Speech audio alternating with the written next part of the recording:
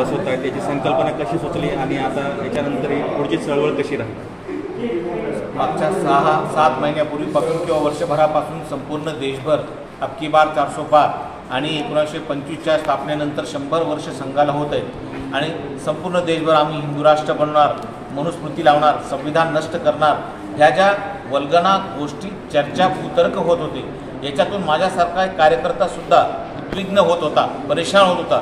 अशा वेळेला आपण काय केलं पाहिजे, कुठली विचारधारा, कुठल्या शस्त्राच्या आधारे आपण लढू शकतो, जर मनुस्मृती लागू झाली तर आम्ही काय केलं पाहिजे, हा विचार करता करता पेरियार यांचे पुस्तकं माझ्या हाती लागले आणि पेरियारच्या विचारसरणीतून मला समजलं की आता रॅडिकल आंबेडकर आहेत जे ठोस उत्तर देऊ शकतात, किंवा विषमतेला नष्ट करण्यासाठी कुठल्या विचारात पावर आहे हे सुचल्यामुळं पेरियार रामास्वामी हा एक त्याच्यावरचं एक सडेतोड औषध मला सापडलं आणि यांचा विचार, यांचा पुतळा जर आम्ही महाराष्ट्रात निर्माण करू शकलो तर ह्या प्रेरणास्रोत लोकांना देऊ शकतो असा विचार करून पेरियार रामास्वामी यांचा पुतळा मी महाराष्ट्र कॉलेजात उभारला आणि त्याचं उद्घाटन 1 तारखेला करायचं.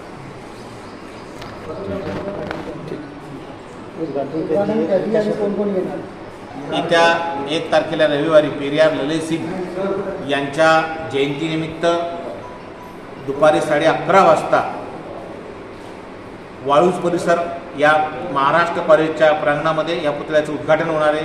यासाठी तामिळनाडूचे, ज्या तामिळनाडू म्हणजे पेरियार यांची भूमी, इथले पॅन्थरचे खासदार तिरुमावलम, तसेच स्वामी प्रसाद मौर्या जे उत्तर प्रदेशचे, ज्यांचं मोठं काम या सामाजिक चळवळीमध्ये आहे, त्यानंतर जे माजी मंत्री राहिलेले आहेत आदरणीय राजेंद्रपाल गौतम जे आता आंबेडकर मिशन चालवतात, हे या पुतळ्याच्या उद्घाटनासाठी येणार आहे.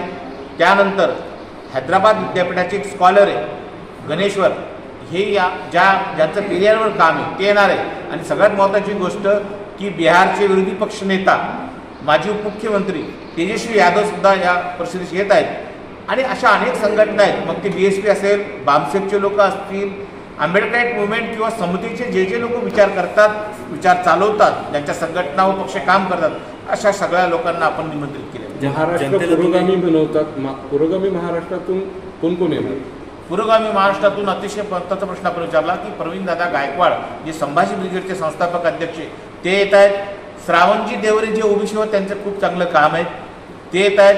विद्रोही साहित्य चळवळ चालवणारे पार्थ कोळके येत आहेत. तसंच ओबीसीचे राष्ट्रवादीचे शरद पवार गटाचे आदरणीय ओबीसी संघाचे सेलचे अध्यक्ष राज राजापूरकर येत आहेत.